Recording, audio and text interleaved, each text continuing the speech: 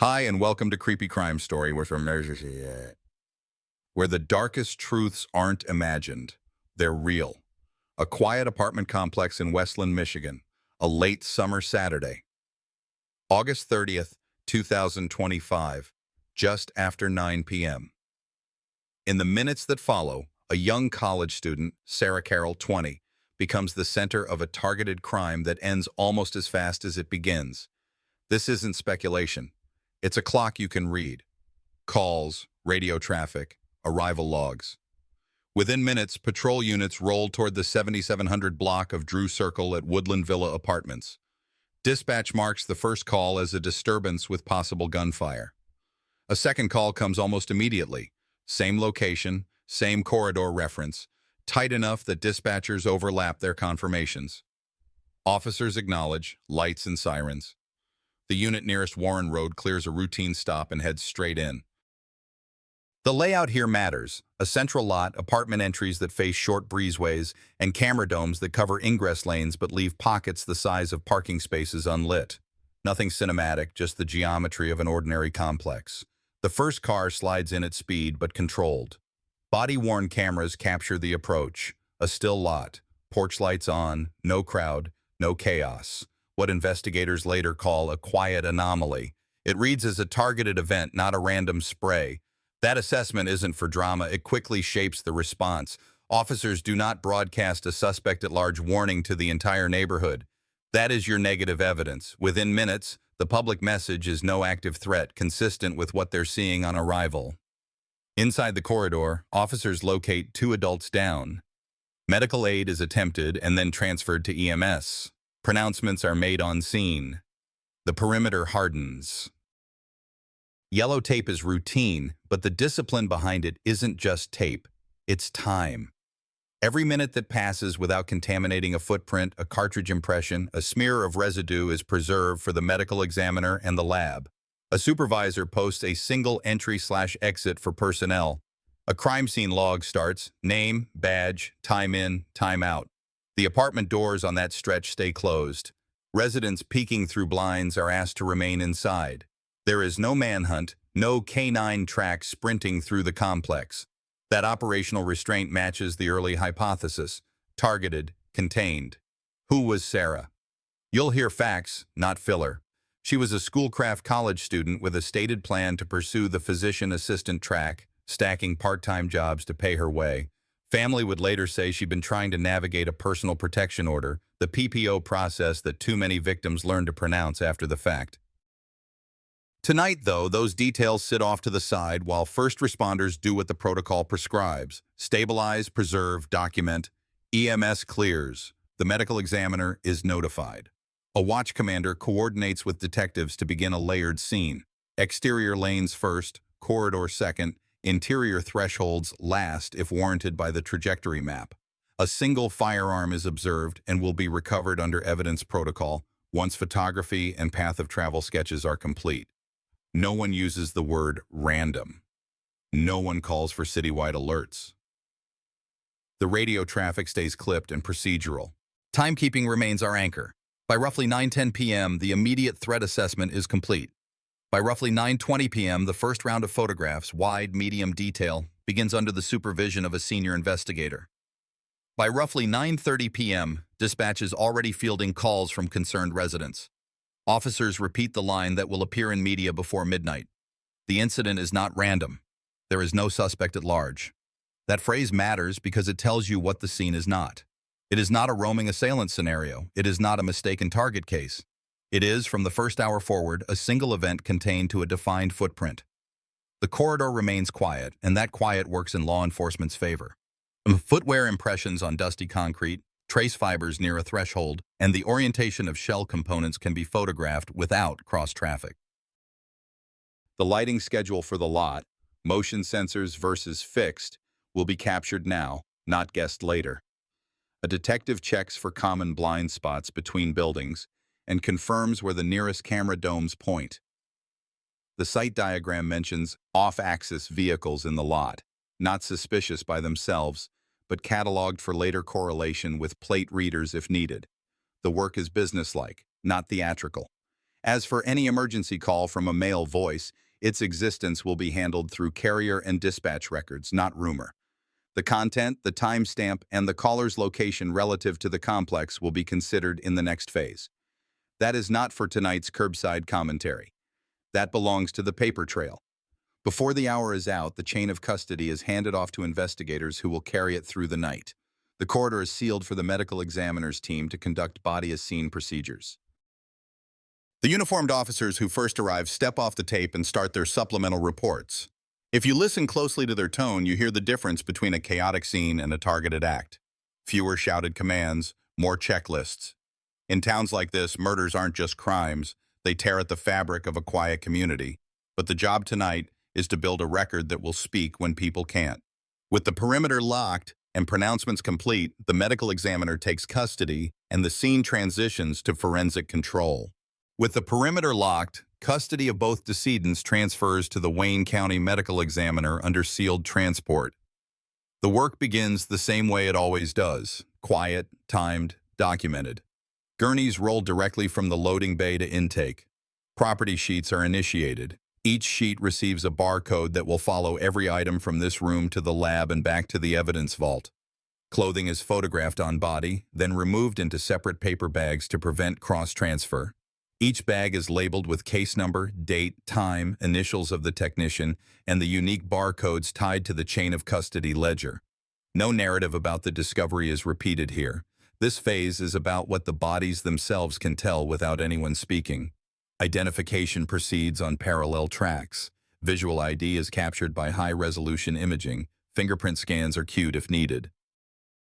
For the female decedent, Sarah Carroll, 20, biographical confirmation is linked to government ID and corroborated through law enforcement contact with next of kin.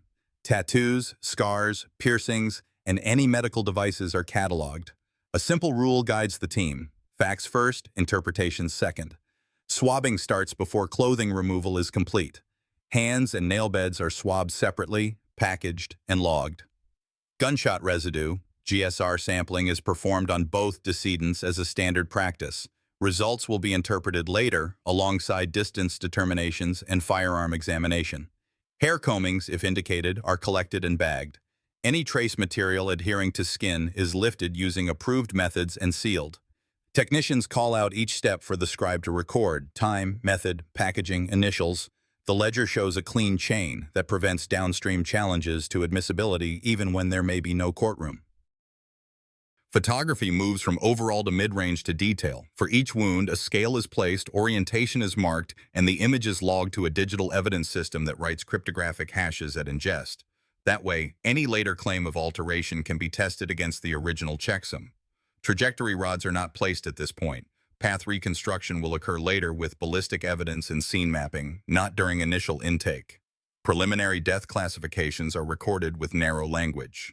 The medical examiner notes homicide for the female decedent based on wound characteristics, and suicide for the male decedent, subject to full autopsy. These are categories of manner, not cause. Cause will be resolved after internal examination and ballistic correlation. No assumptions about motive appear in the worksheet. The team avoids stretching beyond what the body can support. Toxicology samples are drawn: blood, vitreous, urine, each into gray top or appropriate tubes, each with seals that show tamper evidence. Those kits are signed over to the tox lab with the same barcode series used at intake, keeping the chain unbroken. If pharmaceuticals or alcohol are present, results will be reported in quantified values, not generalities. Those numbers may later help the timeline.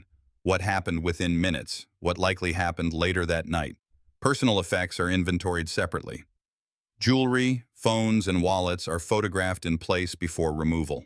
A powered-down phone is placed in a Faraday sleeve to preserve potential digital evidence and kept sealed. No attempt is made here to access content. That requires a legal process and digital forensics, which will be documented in a later chapter. Internal examination follows protocol. Entry and exit wounds are measured, described, and diagrammed. Projectiles or fragments, if present and recoverable, are placed in sterile containers labeled for ballistics. Those items will be compared against the recovered firearm and any test fires to determine class characteristics and, when possible, individualizing marks. Soot or stippling patterns are recorded to estimate firing distance. Again, only preliminary notes are made here. Final opinions will incorporate the lab's distance determination workups and scene measurements. For Sarah, the report avoids euphemism. She is identified by name, age, and educational status because those facts humanize the file without editorializing it. Investigations like this are not just academic, they have a civic purpose. In towns like this, murders aren't just crimes, they tear at community trust. The team knows that the accuracy of these early steps affects everything that follows: how the family understands what happened, how the public evaluates risk, and how future cases refine prevention. The medical examiner signs the property seals. The evidence clerk countersigns. The clock matters here too.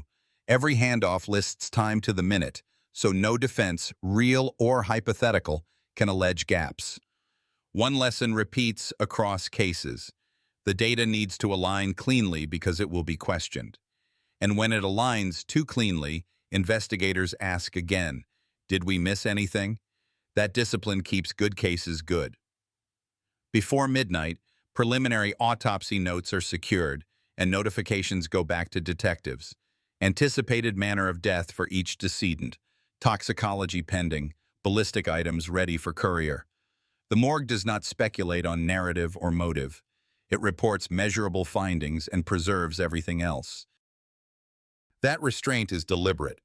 It prevents drift from the facts already established on scene and keeps the investigation on a single track. With intake complete and samples sealed, the case shifts back to the field for full scene reconstruction, entry points, camera pulls, and ballistic mapping. Detectives re-enter Woodland Villa with a single goal: freeze the footprint before memory and weather do their erasing. The corridor where officers first secured the area is photographed again under controlled light, wide, then tighter frames, so every angle can be measured against later lab reports. The scene team walks the lot slowly, not hunting for drama, but for geometry. Parking stalls are numbered, sight lines are marked, and a master sketch establishes distances from shell components to thresholds and to the firearm that will be recovered after the last photograph is logged. Door hardware on nearby units shows no fresh distortion. Hinges and strike plates are clean. That matters. It removes forced entry as a plausible vector and supports the initial read that this was contained and targeted. Dusting is selective to avoid noise. High-probability touchpoints get priority. Low-probability surfaces are deferred until latent results dictate expansion. Footwear impressions on the concrete are lifted with gel. Technicians note directionality relative to the lot. None of this repeats discovery. It builds the map that ballistic and autopsy findings will later confirm. Outside, a second team canvasses building-mounted cameras. Many are fixed domes with overlapping coverage of lanes near Drew Circle and the feeder toward Warren Road. Export requests are taken on the spot. Hashes are generated at the handoff so no one questions integrity later. Where cameras miss, the team records blind zones, then pairs those gaps with possible ingress-egress routes, exactly the spaces where an offender could arrive and depart without crossing a lens. The data align too cleanly. Sometimes that was the problem. If a timeline looks perfect, investigators assume it isn't, and go hunting for the imperfection. Vehicles are documented in place with plate numbers and positions relative to the corridor. Off-axis parking, cars not squared inside lines, gets a second look. It isn't automatically suspicious, but it can matter if it lines up with a hurried arrival or an abrupt exit. Detectives request neighborhood dashcam pulls and any rideshare pass-throughs the hour before and after the gunfire. License plate recognition hits from the nearby parkway are queued for comparison once carrier timestamps arrive. Inside the corridor, a tight ring of trace is lifted. Fibers near a threshold, particulate consistent with discharge, and adhesive lifts from railings where someone might stabilize while moving quickly. The firearm remains in situ until trajectory work is complete. Its serial number will be traced later, but today it's a coordinate on a grid. Angle of impact notes are logged where small metal or plastic components landed. Those arcs will be compared to autopsy measurements to estimate shooter orientation and distance without speculating. Neighbors are contacted with a narrow ask: did anyone move a car in the 20 minutes before sirens? And does anyone have a doorbell camera facing a lot lane? The tone stays professional and specific. This is not a fishing expedition. In towns like Westland, murders aren't just crimes, they rattle routine. The faster the evidence is cataloged correctly, the fewer rumors have room to grow. By the end of the sweep, the scene file contains a coherent structure, no forced entry indicators, controlled access, camera exports in a defined window, vehicles logged, trace preserved, ballistic layout captured. Nothing theatrical, nothing speculative, just a record sturdy enough to carry the weight of the next phase, digital movement and the emergency call attribution. With the corridor sealed and morgue intake underway, attention pivots to the clock. Who moved, who called, and when. Dispatch exports the 911 audio and CAD timestamps from August 30th, 2025, just after 9 p.m., and the records unit issues a preservation letter to the carrier tied to the emergency call. The request is narrow and standard: subscriber, call start and call end, switch logs, sector usage, because tight requests get faster responses and hold up better under scrutiny. Within minutes, the audio, CAD, and unit AVL all aligned to a response that unfolded quickly and stayed contained. Camera pulls run in parallel. Property management produces exports from building domes that watch Drew Circle's feeder lanes toward Warren Road and the interior lot where officers staged. Each file is hashed at handoff. The same hash appears on the evidence log so any future copy can be matched against the original. A technician places time sync slates, digital clocks filmed in frame, so any drift between camera systems can be corrected. When the first composite board is cut together, frames of parked vehicles and minimal foot traffic show an ordinary evening right up until the response units arrive. That absence of crowd motion supports what was already broadcast. No suspect at large and no running pursuit. Investigators mark a dark interval. Routine communications from the victim taper earlier that evening and remain quiet until the emergency call.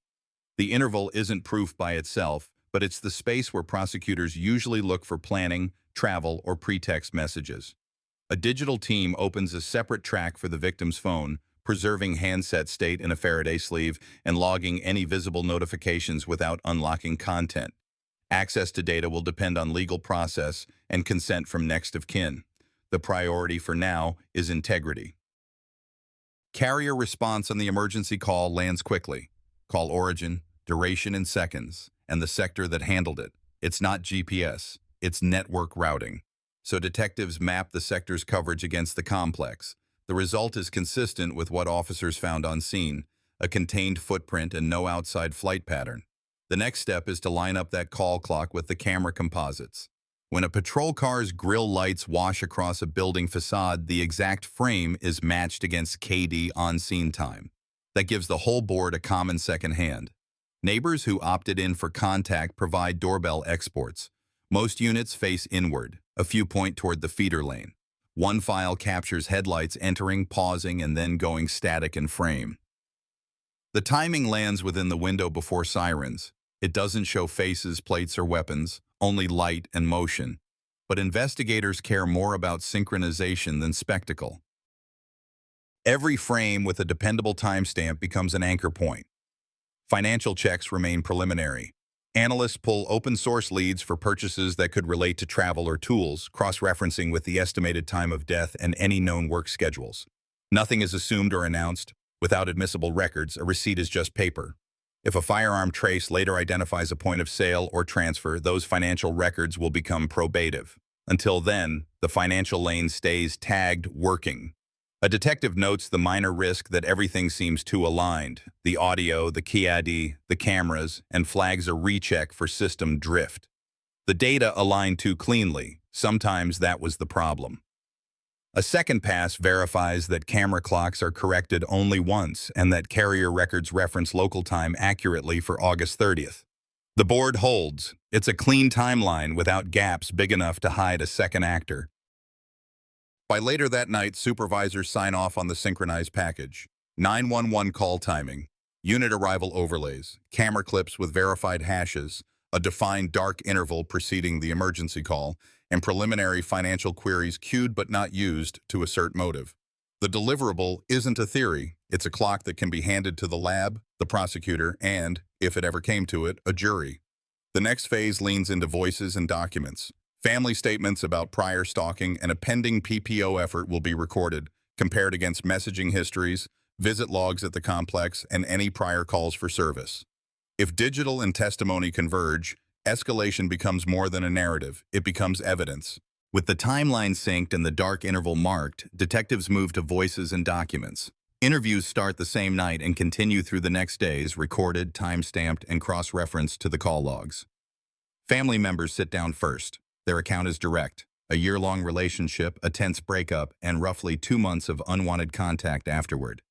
They say Sarah began the personal protection order process because she felt followed and unsettled. Investigators don't treat that as conclusion. They treat it as a hypothesis to test against records. Property management provides access logs for service requests and prior complaints tied to the Woodland Villa Apartments address. Officers search CAD for earlier calls near the 7700 block of Drew Circle and check whether any disturbance entries mention a known former partner. That matters because a recorded contact before August 30th can verify escalation, not just describe it. A neighbor remembers 2 sharp reports and then silence, consistent with what officers documented within minutes, but also recalls seeing a sedan idling near the feeder toward Warren Road earlier that evening. That statement is tagged working until matched with camera frames and plate checks. Classmates and coworkers describe Sarah as reliable with her phone and careful about routine. When they note that her messaging went quiet earlier than usual on the 30th, detectives compare those times to the dark interval already established in Chapter 4. Where the interview clock and the carrier clock align, the alignment is logged as confirmed. Where gaps remain, they are flagged for a second pass. Investigators also ask whether anyone saw unannounced visits in the 2 months prior, hallway appearances, parking lot waiting, or drive-bys.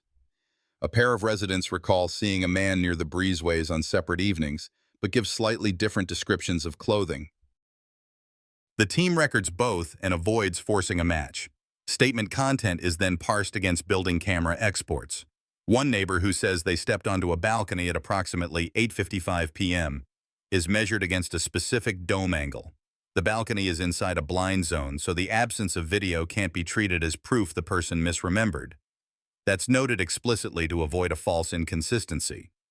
Another neighbor claims to have heard a vehicle peel out after sirens. The audio on scene cameras doesn't capture tire noise, but a doorbell facing the feeder lane shows headlights shifting position after patrol arrival. That becomes working corroboration pending license plate recognition returns. Detectives also evaluate tone. In stalking investigations, minimizing language is common. A friend says the situation was probably nothing, yet also describes changing routes to class to avoid crossing paths with the former partner. That contradiction is not a gotcha. It's a behavioral marker prosecutors recognize in intimate partner crime patterns. The note enters the worksheet as context for risk rather than as motive. Each interview is closed with a verification step. The witness reads their statement summary and initials corrections. Where digital artifacts, texts, call durations, location-stamped photos are offered voluntarily, devices are logged for forensic imaging under consent where appropriate. No content is quoted publicly. The goal is integrity, not a headline. By later that night, investigators have a short list of testable leads, specific dates when the former partner allegedly appeared at the complex, times when Sarah told friends she felt watched, and an approximate vehicle description near the feeder lane. Those items hand off naturally to procurement and provenance, the firearm's origin, any transfer history, and pre-incident movement that fits the dark interval. With interviews logged and the dark interval set, detectives pivot to provenance, how the firearm entered the picture and whether any planning is visible in the hours or weeks before the shots. The weapon recovered at Woodland Villa is sealed, photographed, and transferred for a serial number read under lab conditions. That number drives an ATF e-trace request. First retail sale, date, dealer, and any subsequent lawfully documented transfers. In parallel, state checks review purchase records permitted under Michigan law, including whether a purchase permit or background screening would have applied. No one speculates about motive. The only question is whether lawful commerce intersects with an escalating intimate partner crime. Retail possibilities are triaged first because they produce the fastest paper, point-of-sale records, Form 4473, and surveillance that stores routinely retain. Detectives send time-bounded preservation notices to likely dealers within driving distance of Westland. Narrow windows keep the request credible. If the serial traces to a specific store, the next handoff is simple. Copy of the sale record, clerk recollections if any, and any video consistent with a lawful purchase. If the trace indicates a private transfer, the lane shifts to interviews and digital signals, marketplace message threads, payment app logs, or communications that suggest a meet. Each path is treated as working until a record or video moves it to confirmed. Surveillance requests tie back to the dark interval. Analysts check whether a vehicle consistent with prior neighbor descriptions appears near the feeder lane in the hour before the shots, and whether that plate, or a close partial, pings a fixed reader on Central City Parkway. When a doorbell camera shows headlights pausing and then going static in frame, the time is matched to key AD arrival, so the board stays in sync.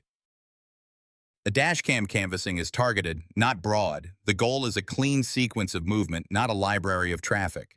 Financial pulls remain narrow and date-specific. Investigators look for same-day purchases that could imply preparation.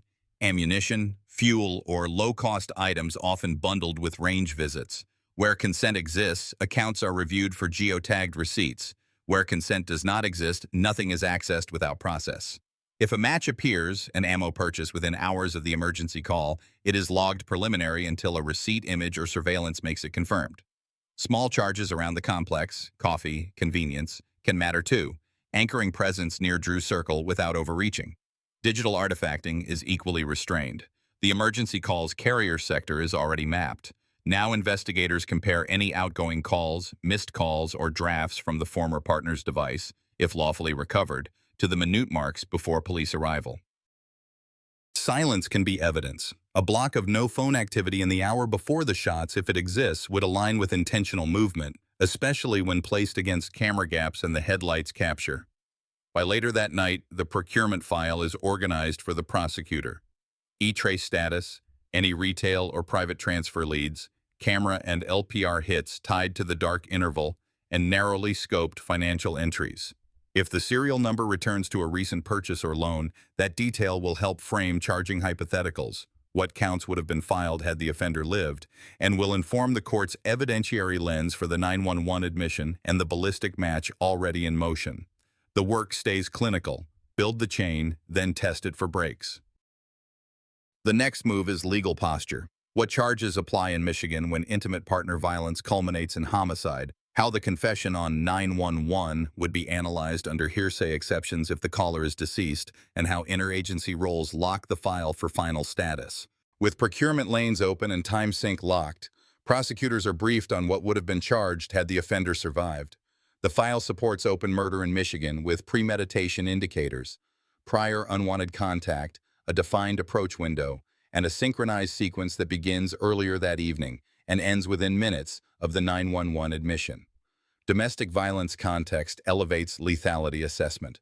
The pending personal protection order effort, documented as working testimony from family and friends, speaks to foreseeability and risk, not character. Firearm counts would track provenance. If retail purchase is confirmed, unlawful purpose isn't required for the homicide count. If transfer appears irregular, prosecutors add possession or transfer violations as warranted by statute. None of this is filed post-mortem.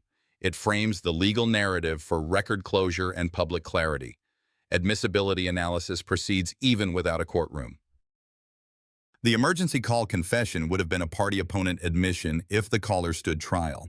Because he is deceased, the statement is preserved as an investigative artifact and evaluated for reliability. Contemporaneous to the event, location consistent with carrier sector data, and corroborated by the ballistic layout and medical findings. Statements of the victim, where they exist, ride separate rules, present sense impression, or state of mind exceptions, always tested against logs and camera times so hearsay doesn't become story. Interagency roles are formalized. Westland Police holds primary, Wayne County Prosecutor's Office advises on charge theory and evidence standards, ATF maintains the E-Trace pipeline and, if needed, store compliance follow-up, while Michigan State Police Forensic Science Division handles ballistic comparison, GSR, and latent print work. Digital forensics proceeds under lawful process. If devices are recovered, warrants or documented consent control imaging. If cloud records are needed, preservation is followed by process. With the offender deceased, no grand jury is convened. The aim is a record that would survive scrutiny if reopened or cited as precedent in related intimate partner crime prevention work. Case disposition planning addresses public expectation. Under FBI uniform crime reporting, this qualifies for exceptional clearance. Offender identified, sufficient evidence for arrest, offender unavailable for prosecution due to death. That designation is not a shortcut. The evidence threshold mirrors what would be required to seek a warrant. A single ending line is drafted for later release, and survivor notifications are scheduled before any public statement. Where the family requests limited disclosure, agencies coordinate language that is factual, non-graphic, and consistent across platforms to avoid the two endings problem viewers often complain about. Policy checks close out the meeting. Body-worn camera retention is extended. Camera hashes and carrier records are re-verified. Any Brady-adjacent material, e.g. minor inconsistencies that don't alter outcome, is documented in the audit trail so no one can claim selective omission. The PPO timeline is preserved carefully. It informs risk context but is not used to suggest blame for any delays. The record remains disciplined, what is confirmed, what remains working, and where negative evidence, e.g. no forced entry, possible no phone activity block, narrows the field. With the legal frame built, the next step moves to the technical edge of the courtroom, motions that would have been filed if there were a defendant, suppression challenges, voluntariness of the emergency call, and the handling of digital artifacts, so the file ends coherent, admissible, and singular. From charge theory, the file moves to what a courtroom review would have looked like, even without a courtroom. Prosecutors begin with reliability. The 911 admission is analyzed as if it would be offered at trial. According to police reports and contemporaneous media, the statement was made within minutes of the shots, from the same apartment address already anchored by CAD and camera timestamps. Timing, location, and content align with the ballistic layout and the medical examiner's findings. Those corroboration points answer the first question any judge would ask. Is this evidence trustworthy, not just dramatic? Because the caller is the offender and is deceased, it would have been a party admission if he were alive. With unavailability, it is preserved as an investigative artifact whose probative value is supported by independent, time-stamped facts rather than emotion. Defense-style suppression is still stress-tested on paper. Voluntariness, a spontaneous emergency call, not custodial interrogation, and therefore no Miranda issue. Authentication, the recording is certified by the PSF.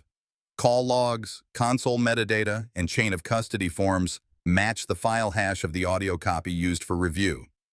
Any redactions would be limited to personally identifying details unrelated to elements of the offense, not to facts of the crime.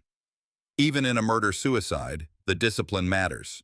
It's how agencies keep a single, coherent record that can be audited years later. Next is the state of mind lane.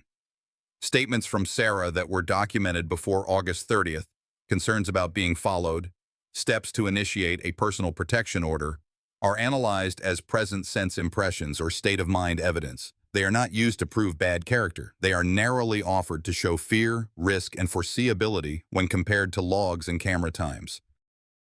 Where friends or family recalled unwanted contact over roughly 2 months, those accounts are checked against carrier metadata and doorbell cameras. If a statement lacks an external anchor, it stays context, not proof. Digital artifacts are handled the same way. Carrier records are described in sector terms relevant to 2025, no GPS claims without a record.